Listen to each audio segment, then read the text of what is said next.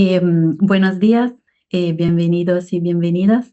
Hoy vamos a hablar de un tema que, aunque parezca histórico, en realidad es profundamente actual: el papel de las mujeres en la construcción de la psicología científica.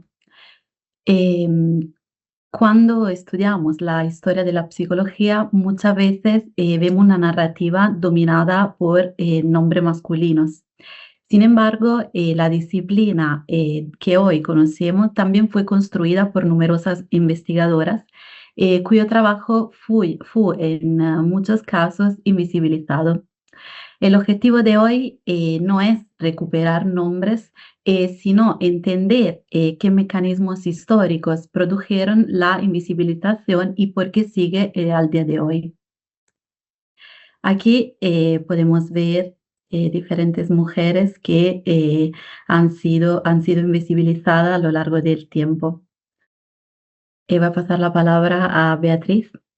Y vamos a empezar nuestro vídeo de hoy con un extracto de un poema de Gioconda Belli, que es una poeta nicaragüense que, a colación con el 8 de marzo, decía: tantas flores serían necesarias para secar los húmedos pantanos, donde el agua de nuestros ojos se hace lodo, arenas movedizas tragándonos y escupiéndonos, de las que tenaces, una a una, tendremos que surgir.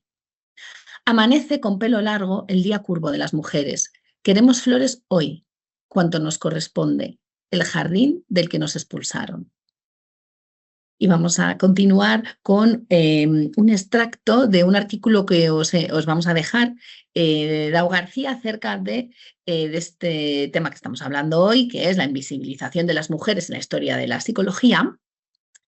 Y hay un trocito de ese artículo que dice: las que decidían romper con los muros generalizados y conseguían adentrarse en el hostil y competitivo mundo académico y científico, experimentaron otra contradicción: ser mujer y responder a las normas y valores asociados con lo femenino, y ser científica y responder a las masculinizadas normas y valores de la ciencia.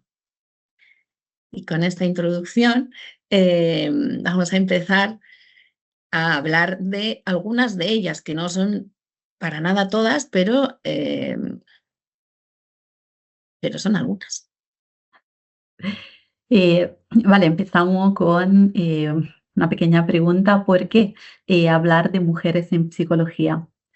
El primer punto que vamos a abordar hoy es el origen masculino. O sea, la psicología nace en un contexto académico masculino al final de los años 80. Y era un espacio a los que las mujeres tenían un acceso limitado. El segundo punto es la invisibilización. Muchas mujeres contribuyeron, pero fueron invisibilizadas y sus trabajos fueron atribuidos a hombres. ¿Qué pasa actualmente? Hoy las mujeres son la mayoría, son en mayoría en estudiantes de psicología, pero no en liderazgo científico. Os voy a enseñar los datos actuales de la Comisión Europea que revelan una infrarrepresentación persistente de las mujeres en los estudios y profesiones digitales y en ciencia, tecnología, ingeniería y matemáticas. Em, Pese a los avances legislativos y los programas de sensibilización, las cifras siguen reflejando un desequilibrio estructural que limita tanto el potencial económico como la innovación en Europa. Podemos ver que una de cada tres mujeres, solo una de cada tres personas tituladas en disciplina científica, ciencia de ciencia, tecnología, ingeniería y matemáticas es mujer. Una de cada cinco profesionales de tecnología de la información y comunicación es mujer, y el 24% de las mujeres representan solo el 24% de los profesionales autónomos en campos técnicos. ¿Qué estrategia ha impulsado la Comisión Europea para fomentar la participación femenina? En primer lugar, programas de formación en capacidades digitales y emprendedoras para chicas, con mentorías, talleres prácticos y proyectos reales que conectan el aula con el mercado laboral. Festivales y programas CTIM, que son iniciativas como ferias científicas y programas extraescolares diseñados para fortalecer la confianza y las habilidades de las jóvenes, rompiendo estereotipos desde la experiencia práctica. Y educación superior, programas de cooperación universitaria con enfoque en diversidad e inclusión. Vamos a empezar con el efecto Matilda. Hasta ahora hemos dicho que las mujeres han contribuido a la ciencia desde siempre, pero muchas fueron invisibilizadas o excluidas del reconocimiento oficial. La historia científica fue escrita mayoritariamente desde una perspectiva masculina y en este contexto vamos a hablar del efecto Matilda. ¿Qué es el efecto Matilda? Es cuando descubrimientos de mujeres son atribuidos a sus maridos o colegas masculinos. Y pasa igualmente algo también con los hombres y hablamos del efecto San Mateo, que consiste cuando se, es, se habla de efecto San Mateo cuando hay poca consideración, se echa poca consideración a trabajos extraordinarios realizados por profesionales poco conocidos. A partir de ahora vamos a hablar de diferentes mujeres. La primera que vamos a presentar es Nettie Stevens. En el 1861 era una genetista y descubrió que el esperma de los hombres contenía tanto el cromosoma X como el cromosoma Y, mientras que las células reproductoras femeninas solo contenían el cromosoma X. ¿Qué pasó con Nettie Stevens? Que el mérito de este descubrimiento se atribuyó a Thomas Hunt. Esto es uno de los ejemplos más citados del efecto Matilda. Okay. Y ahora vamos a... Ay, perdona. Ahora vamos a pasar a Leta Esteter. Bueno, pues tenemos a una mujer que, estadounidense que fue profesora de la Universidad de Columbia. Fue una mujer que formó parte del Partido Sufragista. Tenemos que entender que nació en 1886. El voto en Estados Unidos no se conseguiría hasta los años 20, es decir, cuando esta mujer ya tenía 34 años. Pero antes del voto de la mujer, ella hizo su... ella tuvo varios problemas porque era una mujer muy inteligente y quiso trabajar de profesora en Nueva York y no la dejaron por ser mujer. Entonces, ese hecho a él le afectó muchísimo y decidió estudiar y hacer los primeros estudios de lo que llamaríamos pues de feminismo en los estudios de psicología y género. Entonces, ¿qué hizo? Hizo su doctorado, si me puedes pasar, por fin, Martina, hizo su doctorado, que es ese documento, es decir, antes del voto de la mujer, sobre una cosa que llamó Functional Periodicity, que quiere decir, ella investigó si las mujeres, ella sabía que no, pero lo tuvo que demostrar, imaginaos esto, tuvo que demostrar que las mujeres no teníamos un rendimiento intelectual inferior por tener la regla. Entonces eso lo estudió experimentalmente, que a mí me parece apasionante, y vio que lógicamente teníamos el mismo rendimiento intelectual que nuestros compañeros varones. Entonces este trabajo, su doctorado, es muy importante por eso. Y luego esta mujer también ha sido famosa y es famosa en Estados Unidos porque se dedicó mucho, después ya la dejaron dar clase, y investigó acerca de el CI y sobre todo le interesaban las altas capacidades. Es una de las que se consideran pioneras tanto en psicología de la mujer como en altas capacidades, porque lo que vio es que los niños y niñas con altas capacidades necesitan intervenciones educativas diferenciadas y es la primera que lo dijo. Y estamos hablando de los años 30. Luego sacaron este libro póstumo con todos sus estudios. también es muy interesante, y ya es lo último que digo de ella, que hizo un estudio longitudinal muy largo acerca de esto, acerca de niños y niñas con altas capacidades. Y, y nada, por eso la hemos traído aquí, porque es un ejemplo muy importante y muy poco conocido, tan poco conocido que hemos tenido que leerla en inglés, porque no está ni en Wikipedia, que está todo el mundo casi ya en Wikipedia. Y esta mujer no está en castellano. La hemos tenido que leer en inglés. Vale, y pasando de una pionera de los Estados Unidos, pasamos a una pionera en España. Muchos de nosotros conocemos o nos puede sonar Luis Imarro como el primer catedrático de psicología experimental en la Universidad de Madrid, o por ejemplo también José Luis Pinillos, que fue considerado padre de la psicología científica moderna a mediados del siglo XX. Pero no se habla tanto de Mercedes Rodrigo Bellido. En esta imagen podemos ver a Mercedes Rodrigo Bellido, quien es considerada la primera psicóloga española. A pesar de que se formó en Ginebra, donde estuvo influenciada por psicólogos muy importantes como Piaget o Clapeyret, lo que hizo que su formación fuese más científica y que la trajese primero a España y luego, como veremos, a Latinoamérica.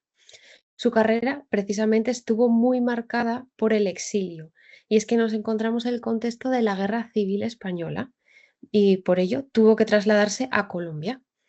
Este exilio, esta migración, no solo fue una dificultad personal, sino que también supuso un impacto científico muy importante. Y es que gracias a ello, el conocimiento científico europeo llegó a Latinoamérica. Y es precisamente en Colombia donde fundó el Instituto de Psicología Aplicada, algo clave para la psicología profesional en Colombia. Mercedes, continuando en la siguiente diapositiva, tuvo un impacto muy importante porque dijo que la psicología no debería de ser un conocimiento sin aplicar, sino que debería tener un impacto social real. Y por ello trabajó en orientación profesional, intentando que las personas encontraran un trabajo acorde a las capacidades, a las aptitudes, es decir, su objetivo era reducir la frustración laboral y mejorar el ajuste entre persona y trabajo, con técnicas psicotécnicas, con métodos científicos y no decisiones subjetivas. Y esto es la base de la psicología organizacional y de recursos humanos, de selección personal, que hoy en día tanto conocemos y se fundamenta en el ámbito laboral.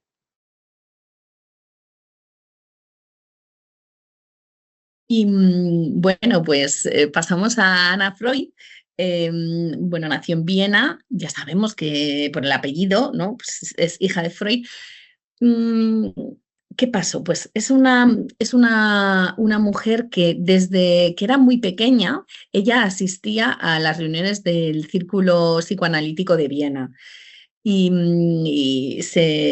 Vamos a decir que se introdujo, se zambulló en el psicoanálisis y lo hizo suyo. Es verdad que ella desafió las expectativas de género de la época y porque tuvo que luchar contra muchísimas resistencias y escepticismo. Por una parte, por ser hija de, y por otra, por ser mujer. Sin embargo, ella fue muy tenaz y pudo sacar adelante sus ideas que son súper innovadoras y sobre todo de cara al psicoanálisis infantil. Os he puesto un plano de Londres porque podéis ver el Museo de Freud. Esos Londres centros, si vais alguna vez tenéis que engañar, si vais con alguien tenéis que engañarle porque está en el Quinto Pino. Yo lo hice, engañé a esa persona y fui al Museo de Freud. He estado en el de Londres y en el de Viena. Creo que es algo muy interesante de ver. Es una casita muy pequeña porque fueron exiliados y una cosa interesante que yo he pensado mucho en ella, en esta mujer, en terapia. ¿Por qué? He pensado mucho porque en la casa, ahí en Londres, estaba llena de tapices, porque resulta que una de las cosas que hacía Ana Freud en terapia era tejer durante la terapia. Y yo alguna vez en terapia yo he pensado, ¿en qué momento te puedes poner a tejer? Yo, no sé, yo solo sé tejer cuellos, o sea, a nivel basiquísimo. Ella tejía tapices y bonitos. Y lo que decía es que estar tejiendo hacía que fuera mucho menos invasiva para los niños y las niñas y que entonces no tenía como que estar mirándoles y que ellos podían como ser más libres. Ella lo justificaba así. Yo no sé cómo podía estar atenta y a la vez contándolos estos, pero si alguien lo sabe, por favor que nos escriba. Eh, pero es algo muy interesante si vais al museo. ¿Y qué hizo? Si Martina, por fin me puedes pasar la diapositiva. Una de las cosas que hizo más famosas, una es la psicología infantil y la otra es este libro, que es El yo y los mecanismos de defensa. Mientras Freud estaba más interesado en el inconsciente, su padre, ella, sin embargo, que era como más pragmática, se centró en el yo y decía que el yo era el árbitro entre el ello y el super yo, e hizo este libro conceptualizando por primera vez los mecanismos de defensa que tanto hablamos, por ejemplo, la negación, ¿no? Cuando decimos, no, esto no me está pasando y te está pasando, ¿no? Eso es la negación. La proyección, que es cuando atribuir a otras personas impulsos propios. Acordaos o acordémonos de cuando estamos conduciendo y vemos una agresividad increíble en los coches, que somos personas o son personas que están proyectando hacia otras su malestar. Yo conduciendo es cuando más lo veo. Luego en terapia también se ve. La regresión, la represión, ¿no? Decir, o sea, algo que es inaceptable, pues reprimirlo de mi conciencia. Todos estos mecanismos de defensa, Anna Freud los conceptualiza por primera vez en este libro, que os recomiendo porque para trabajar en terapia es, y además se entiende fenomenal, es una maravilla de libro. Y para explicarlo a los pacientes también. Así que con esta... bueno, una cosa importante de ella es que no se casó nunca y conoció a una mujer que, a la cual hizo terapia, hizo psicoanálisis con sus hijos y había una rumorología que cuenta que pudieron tener una relación, ella y Ana. Y finalmente, dentro de contaros un poco, resumidísimamente, quién es Anna Freud, deciros que su padre la llamaba demonio negro, porque era díscola y aventurera. Imaginaos ser hija de Freud, lo difícil que debía ser. Ella le admiraba muchísimo, le admiraba un montón, pero bueno, pues su padre la llamaba demonio negro.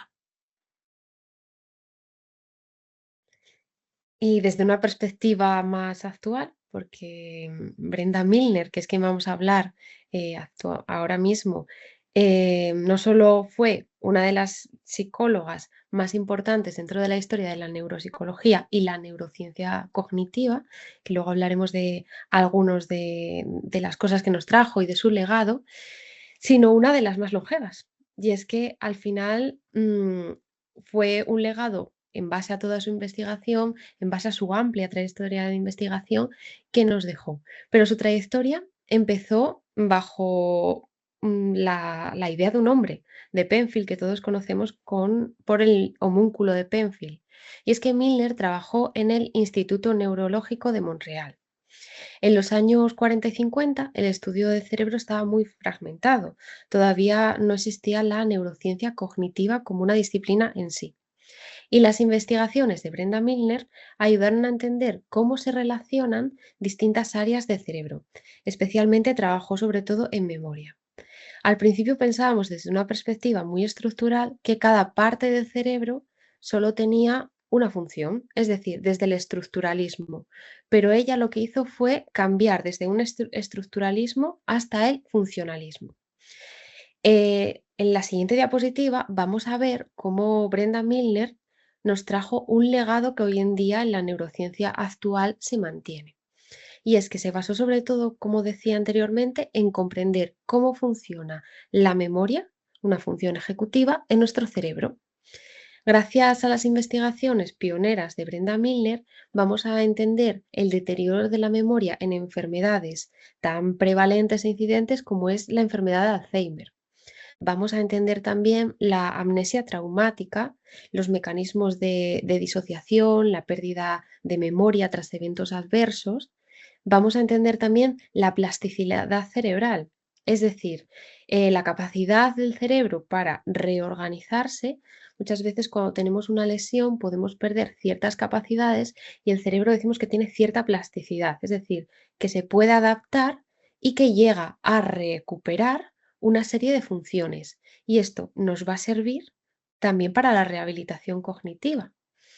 ¿Por qué? Porque estos programas de rehabilitación cognitiva van a ayudar a las personas con daño cerebral a recuperar funciones mentales. Y ahora os voy a hablar de un caso muy importante, el caso que seguramente todos estudiasteis, todos conocemos, y es el del paciente HM. Fue uno de los casos más estudiados por Brenda Milner y fue un hombre que había sufrido una cirugía en el lóbulo temporal. En ese momento, para tratar la epilepsia, se recurría a la cirugía como un método para paliar los síntomas. ¿Qué pasó? Que alivió los síntomas de la epilepsia, pero después de la operación, a pesar de que conservaba la inteligencia, recuerdos de la infancia, se pensó que no se podía formar nuevos recuerdos. Como pongo en la diapositiva, HM conservaba esa inteligencia, el lenguaje, recuerdos infantiles, pero esa capacidad para formar nuevos recuerdos parece que entraba un poco en diferencia con lo que se esperaba de una persona. Miller demostró algo que tuvo un gran impacto y que afectó a la neurociencia como la conocemos hoy en día.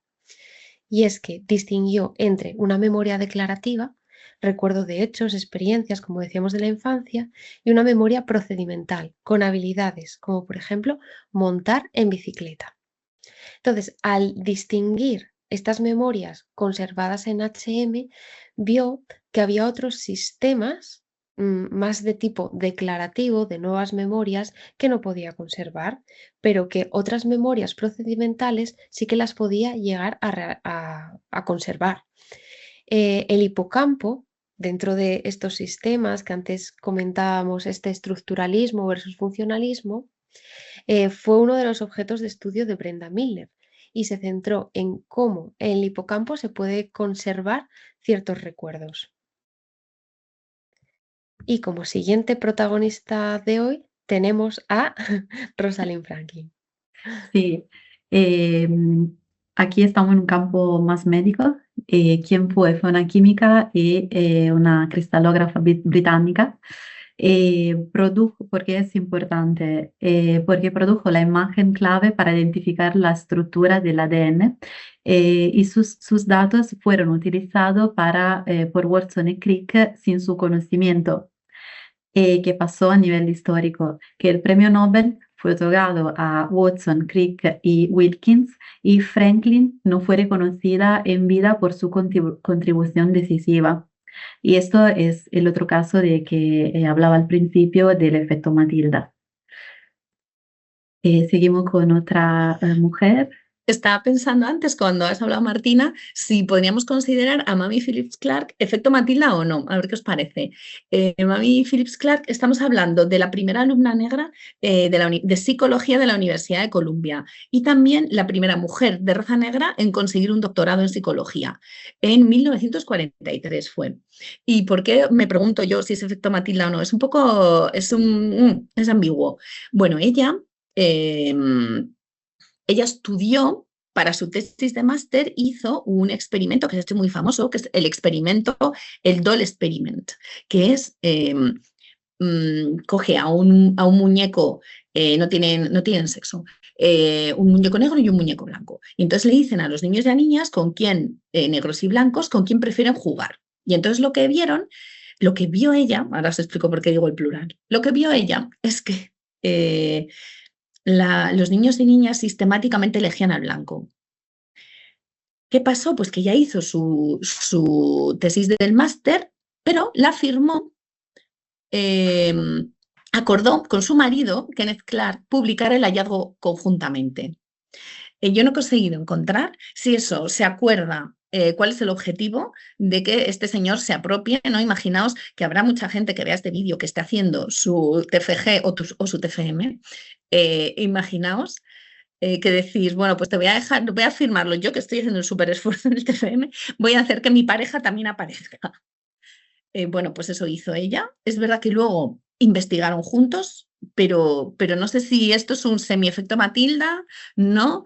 Esto es porque se supone la historia dice que lo acordaron. No es lo mismo que Rosalind Franklin, que se lo robaron, pero esto es un... ¿Cómo lo ves, Martina, esto? Es un poco robo. Bueno, a lo mejor sí que puede ser considerado porque, bueno, yo creo que está en el medio, Está... porque ella figura en el trabajo, que en el caso de las primeras dos, eh, ellas no figuraban, o sea que fue Sí, totalmente sí. atribuido a los hombres. Aquí sí, Sí, pero esto es un 50-50, por eso digo, esto es ambiguo. Está es pensando, mientras ambiguo. hablabas de ello, digo, voy a ver. Bueno, el caso es Sí. que ella estudió en un momento de segregación racial y, esta investigación que hizo tuvo un impacto social enorme porque gracias a estos experimentos que hizo, vio que se crea el concepto racismo interiorizado y fue una de las primeras investigaciones que fue presentada ante el Tribunal Supremo y lo que consiguieron, entre otras cosas, ¿no? Presentaron muchísimas alegaciones contra la segregación racial en las escuelas, pero presentaron este estudio y se consiguió ilegalizar la segregación racial. Y entonces esto es importantísimo. Ella decía una cosa que os la voy a leer, que decía, este es probablemente uno de los peligros más grandes a los que se enfrenta hoy la humanidad. El uso y el entrenamiento de la inteligencia, excluyendo la sensibilidad moral. Y aquí, bueno, aquí os enseño, estos son los muñecos originales que se empleaban y, y nada, se vio que el muñeco blanco, pues los niños y las niñas atribuían características positivas al blanco y negativas al negro. Y esto es súper fuerte que lo que se llama aquí identificación dolorosa es que niños y niñas que eran negros atribuían y se identificaban con el negro, pero preferían al blanco. O sea, no es que pensaran, ¿no? Les preguntaban a quién te pareces más y con quién preferías jugar o cuál te gusta más. Entonces, sabían perfectamente cuál era su color de piel, pero preferían el blanco con... O sea, esto fue un diseño experimental, o sea, que hubo diferencias significativas. Y estamos hablando de los años 40. Que esta frase, ay, perdonad, esta frase de antes es una frase súper actual, la importancia de la sensibilidad moral en nuestra disciplina. Y antes de que pases a la siguiente diapositiva, gracias Martina, voy a haceros a vosotras un examen. Voy a preguntaros por distintas corrientes. ¿Qué corrientes se os ocurren? Hemos visto algunas, ¿no? Habíamos visto el psicoanálisis, que el principal autor, sí que es verdad que se incluye Ana Freud, pero es su padre, Sigmund Freud. ¿Qué más corrientes podemos conocer? Venga, el humanismo, Vale, ¿cuál serían así los autores más relevantes? pues que sería Rogers, que es un señor, pero este es un señor que luego se habla de su mujer. Estuve a punto de meter también a su mujer, pero no, al final no dio por cuestiones de tiempo, que es otro, pero bueno, es un otro señor. Y Maslow, me imagino también. Otro señor, Por ejemplo, el conductismo también tenemos, ¿no? Como una vertiente bastante importante. Que ahí pueden destacar Watson, Skinner. señores. Exacto. Entonces, la siguiente diapositiva, lo que vamos a hablar es un abordaje cuya autora principal es una mujer, es Francine Shapiro, que nos dejó también hace poco. Y es que Francine Shapiro revolucionó el tratamiento del trauma psicológico. En los años 80, el trastorno de estrés postraumático era muy difícil de tratar.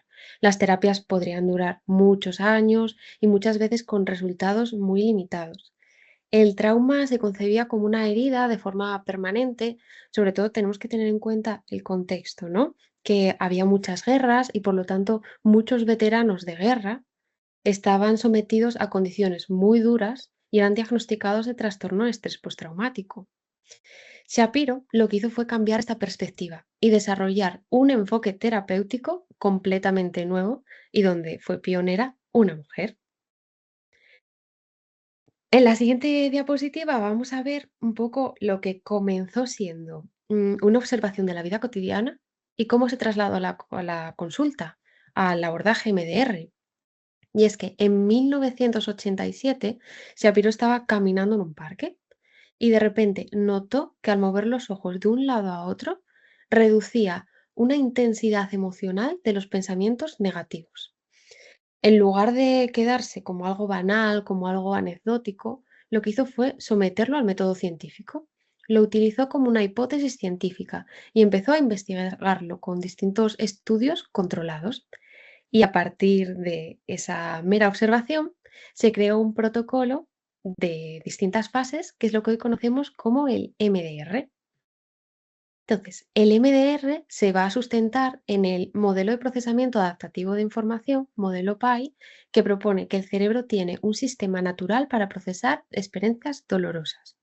Cuando ocurre un trauma psicológico, entendido el sentido amplio de trauma, el sistema puede quedarse bloqueado y los recursos traumáticos pueden quedarse como estancados, imaginémoslo como una tubería que se quedase estancado porque está sin reprocesar.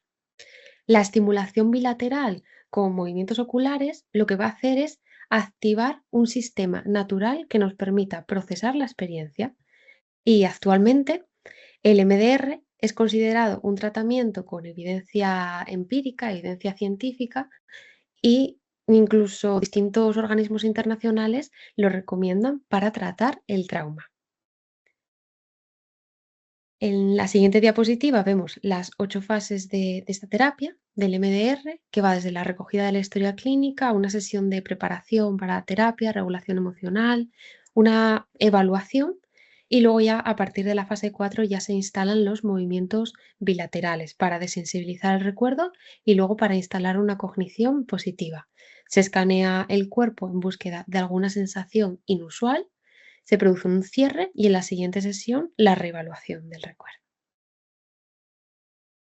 Y continuó con Elizabeth Loftus y una vez más con la memoria. Empezamos con el concepto de memoria, memorias traumáticas y ahora memoria como reconstrucción. Y es que Elizabeth Loftus es una de las investigadoras más importantes en el estudio de la memoria. Durante mucho tiempo se asimiló a la memoria como una grabadora, de tal forma que los recuerdos eran almacenados de forma exacta. Loftus demostró que la idea era incorrecta y según sus investigaciones vio que la memoria tenía más bien una reconstrucción. Esto significa que nuestros recuerdos pueden modificarse o pueden distorsionarse con el tiempo. En uno de sus experimentos de la fecha de 1974, mostró que una sola palabra podía cambiar el recuerdo de un testigo, algo que es muy importante en la psicología forense y la psicología jurídica. Por ejemplo, si se preguntaba a las personas a qué velocidad iban los coches cuando chocaron versus cuando se estrellaron, las estimaciones cambiaban mucho. También demostró que se podían implantar falsos recuerdos, es decir, que una persona podría llegar a recordar eventos que en realidad nunca ocurrieron. Estos descubrimientos tuvieron enormes implicaciones para el sistema judicial porque van a mostrar que los testimonios no siempre son completamente fiables. Entonces, debido a estos descubrimientos, Loftus participó en muchos juicios importantes que vamos a ver y su trabajo ayudó a cambiar distintos procedimientos legales. Por ejemplo, imaginemos una película o un interrogatorio, pues quizás si las preguntas que realizamos son sugestivas, esa memoria, por ese proceso de reconstrucción, deja de ser una grabadora y podemos crear unos falsos recuerdos. También esto va a tener mucha importancia en cómo mejorar las entrevistas con los menores o evaluar la fiabilidad de los testimonios con unos criterios y una metodología científica. Es decir, su investigación va a contribuir directamente al sistema judicial y también a la vida cotidiana. Loftus, en este caso, sigue viva hoy en día. Los casos emblemáticos que estudió fue el caso de O.J. Simpson para un poco cuestionar esa fiabilidad testimonial y el de Harvey Weinstein del análisis de la memoria en contextos de abuso. Y eso impulsó también una serie de reformas, como por ejemplo las entrevistas a los menores que os decía antes, los protocolos de interrogatorio y la evaluación de testimonios. Vale, para terminar, las científicas que hemos visto hoy y que, como decíamos, no son todas, porque la verdad que nos gustaría condensarlo en algunas que nos resultan relevantes, muestran cómo las mujeres han sido fundamentales en el desarrollo de la psicología. Yo cuando estudiaba siempre me llamó la atención una cosa y es que cuando estábamos en clase, no sé decir el porcentaje, pero la mayor parte de las mujeres, de las estudiantes, éramos mujeres. Y sin embargo, cuando veía a los catedráticos, eran casi todo hombres. Y había muy pocas catedráticas mujeres. Y fue algo también que me impulsó a realizar una psicología científica, una psicología de impacto, donde también nosotras podamos dejar nuestra huella. Estas investigaciones de estas mujeres han cambiado la forma en la que entendemos aspectos claves del ser humano, desde el trabajo de los niños tejiendo hasta cómo la autoría también puede ser femenina en investigaciones importantes de corte neurocientífico, de corte científico, a cómo entendemos la memoria, el cerebro, distintos tratamientos, terapia infanto-juvenil. Y al final todo esto se lleva a la práctica clínica, el sistema social, el sistema judicial, el sistema clínico de recursos humanos, como decíamos, Mercedes. Por eso es importante recuperar estas historias, no solo por hacer justicia histórica, sino también para recordar que la ciencia avanza gracias a la diversidad de perspectivas, la diversidad, antes nos comentaba también Beatriz, cómo una persona sufría un doble estigma por motivo racial y también por motivo de género. Entonces, todo esto, elevarlo, darle la rigurosidad, darle también el impacto que se ha de reconocer a estas personas y ver cómo la ciencia avanza gracias a ellas, aunque todos seamos distintos. Reconocer a estas pioneras también puede servir de inspiración para que vosotros, como futuras generaciones de psicólogas y de psicólogos, sigáis contribuyendo al conocimiento científico y que si en algún momento podéis ver alguna de estas situaciones que pueden dar lugar a diferencias de género, también os animamos a denunciarlas. Así que muchísimas gracias por vuestra atención y os dejamos la bibliografía en la siguiente diapositiva.